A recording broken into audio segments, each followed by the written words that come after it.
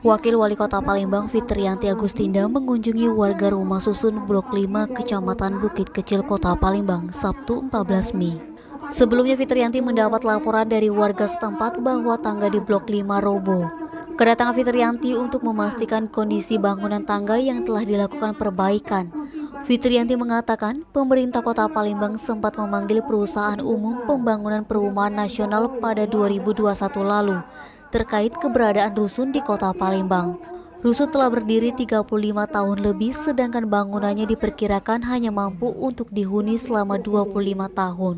Karena bangunannya telah melewati batas wajar pemakaian menjadi perhatian pemerintah Kota Palembang. Rata-rata penghuni rusun merupakan warga asli Kota Palembang, maka dari itu pemerintah Kota Palembang memastikan keamanannya. Selanjutnya untuk mengatasi permasalahan tersebut, pemerintah Kota Palembang akan melakukan pemanggilan terhadap Perumnas kembali dan akan dilaporkan ke Kementerian BUMN.